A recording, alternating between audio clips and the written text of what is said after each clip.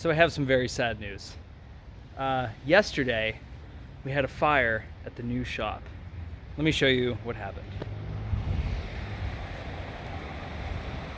So, there was a fire in here, and it's a very depressing thing. It's not the end of the world. The building's not completely destroyed.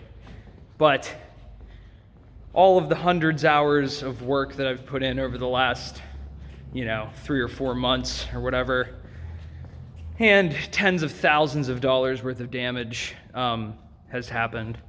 So I guess I wanted to make this video. I took yesterday to just kind of process this a little bit. See this right here? This was really the only thing that burnt, and this was where the fire was contained to. This used to be thousands of dollars worth of all of the tools that I owned that were very meticulously organized. As best as we can tell, there was no electricity running over there. Nobody had been in here for like 48 hours.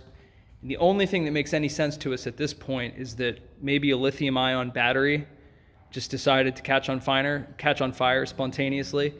So the good news is the fire was mainly contained to here. It kind of burnt some of the temporary 2x4s here, and the ceiling's a little charred right above it. But other than that, the building's kind of no worse for the wear. Now, when I say that, it's definitely going to need a lot of work. So the entire building smells like smoke. It was completely filled with smoke.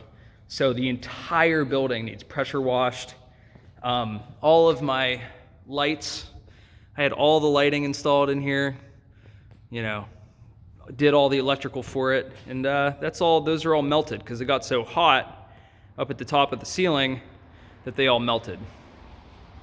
So they had to shut the electric off, they had to shut the water off, the gas is off.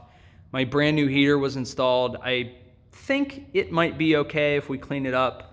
Like I said, you can kind of see like the fire was just right there.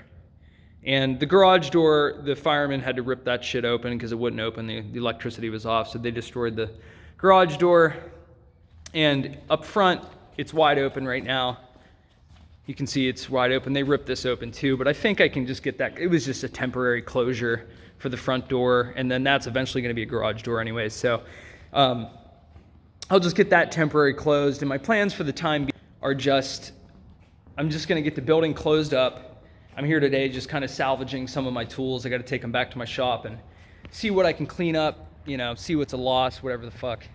But my plan is to just clean up the building, and then after it gets cleaned up, I'm going to close up the doors and basically just forget about it for, 3 months or so.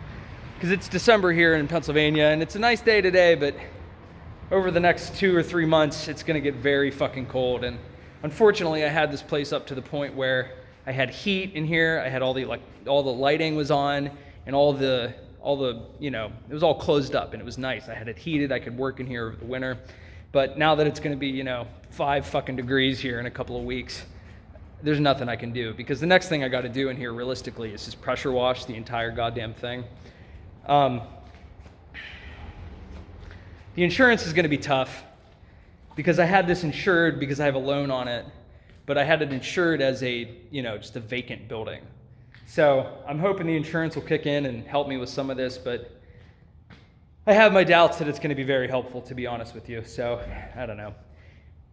The way I'm looking at it is it's depressing. Over the course of this year, I put basically everybody that's bought a drum from me this year, or from me and Kevin this year, your money has gone toward this building. The lighting, the electrical, the gas, the windows were actually about to be installed. That's the guy that discovered the place was on fire, was my window installer.